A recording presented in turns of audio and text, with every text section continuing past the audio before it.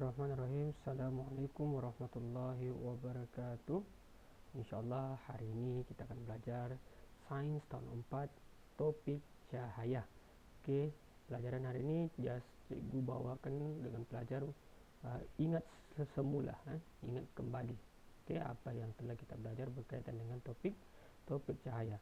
Okey, berkaitan dengan topik cahaya ini kita akan bermula dengan sifat cahaya. Apa itu sifat cahaya? Okey, kalau manusia ini ada pelbagai sifat. Kalau manusia ada sifat dia ni lemah lembut, ada pemarah. Okey, cahaya pula ni macam mana? Sifat cahaya pun mempunyai sifat.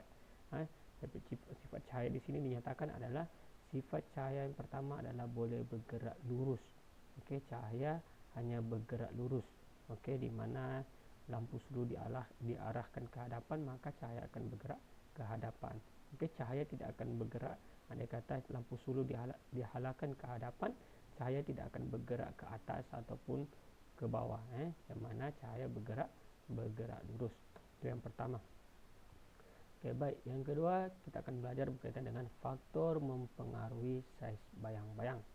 Okey, kelas perkara ini juga cikgu sudah sentuh. Okey, antara banyak beberapa faktor yang mempengaruhi saiz bayang-bayang. Yang pertama sekali adalah berkaitan dengan jarak. Okey, dan juga jarak cahaya dengan objek, dan juga jarak objek terhadap sumber cahaya. Okey, baik, di sini cikgu letak satu palang.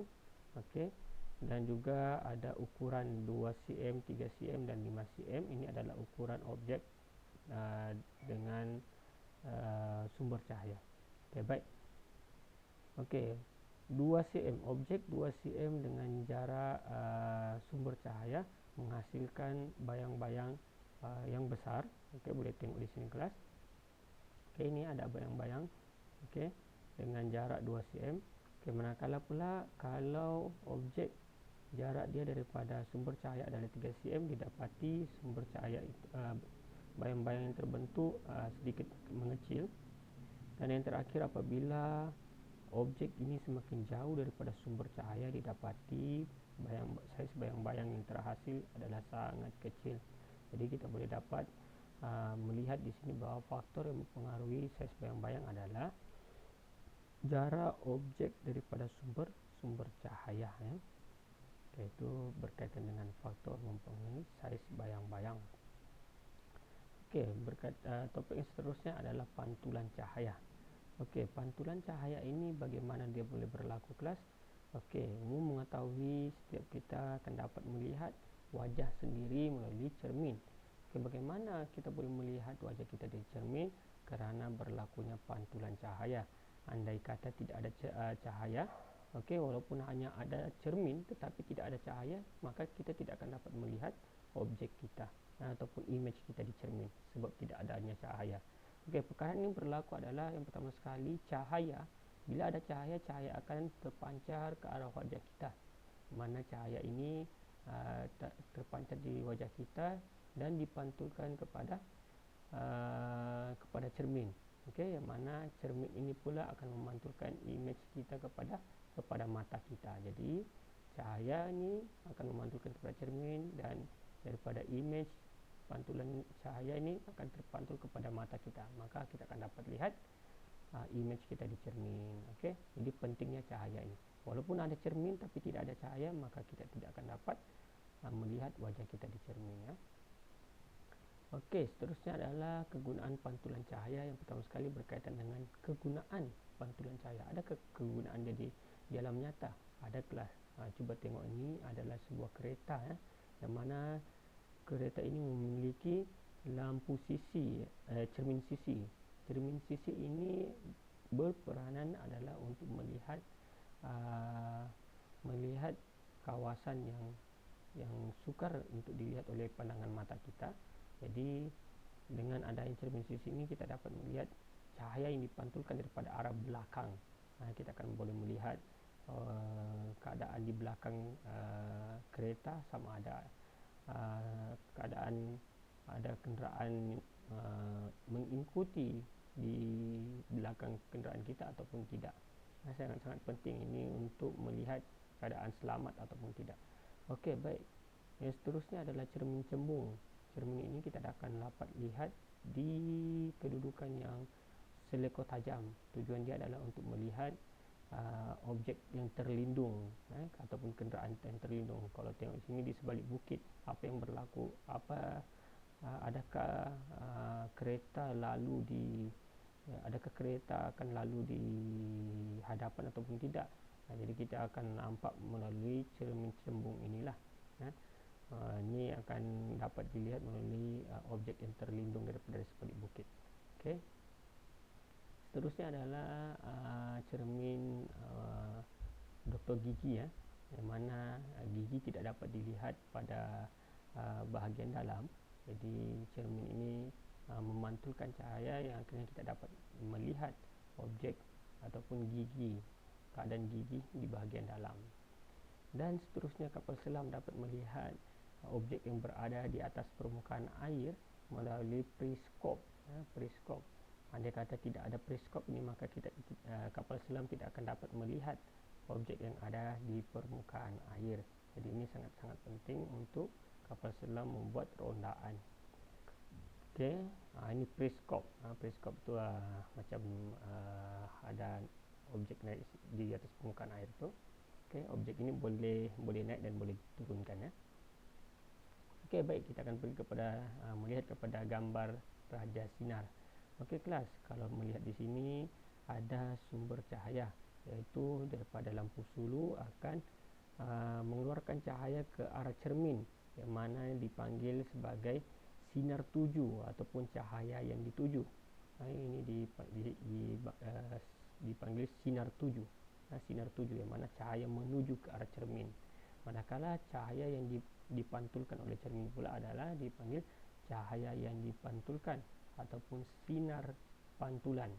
Sinar pantulan. Di mana sinar tadi itu, sinar cahaya dipantulkan. Jadi ada dua sini, ada sinar tuju dan juga sinar pantulan. Okey. Baik kelas, kita pergi kepada pembiasan cahaya.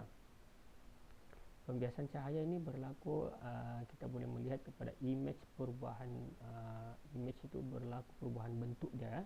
Okey. Bentuk dia daripada lurus kepada bengkok, okey.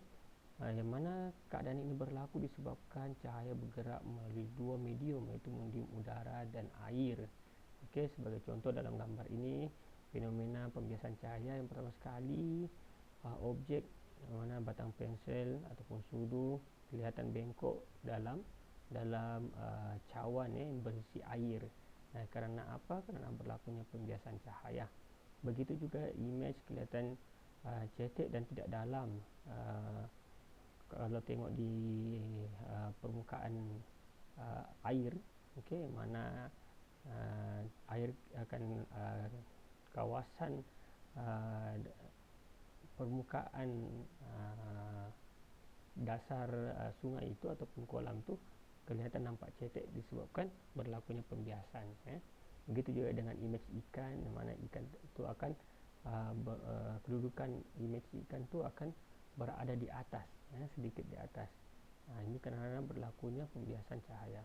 Begitu juga dengan imej menggunakan kanta pembesar ataupun teropong, yang mana imej yang kecil akan dapat dilihat dengan jelas kerana berlakunya pembiasan cahaya. Okey, pembentukan pelangi. Okey, kali ini kita akan belajar dengan pembentukan pelangi. Okey, umum mengetahui mana pelangi ini dapat kita lihat di alam nyata apabila hujan sudah turun, ya.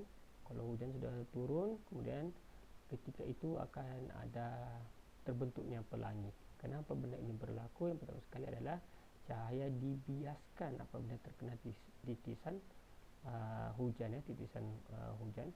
Mana titisan air hujan akan terkena cahaya matahari, ya. Jadi berlakunya pembiasan cahaya yang terbentuknya pelangi. Okey, pembiasan cahaya. Okey, kepentingan cahaya yang pertama sekali adalah kita dapat mencari objek dengan tepat. Okey, kerana apa? Kerana cahaya bergerak lurus. Okey, andai kata kita masuk dalam kawasan yang gelap mencari sesuatu objek, maka kita hanya perlu menyalakan lampu sulu dan kita arahkan kepada objek yang yang yang kita inginkan. Jadi agak mudah untuk kita dapat objek yang dicari kerana cahaya itu bergerak lurus. Okey. Yang kedua adalah kepingan cahaya dapat melihat wajah di cermin melalui pantulan cahaya, melalui pantulan cahaya. Ini sangat-sangat penting. Dan juga adalah kita dapat melihat objek yang kecil, dengan jelas melalui pembesaran objek, iaitu pembiasan cahaya, iaitu menggunakan objek kanta pembesar ataupun teropong. Baik.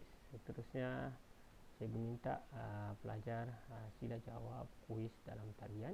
Mana cikgu sudah sediakan kuis ini, jadi minta pelajar jawab pada hari ini juga. Masa terakhir untuk menjawab kuis ini adalah pada jam 11 malam. Baik, selamat menjawab. Sekian. Wabillahi taufiq wal hidayah. Assalamualaikum warahmatullahi wabarakatuh. Sekian, terima kasih.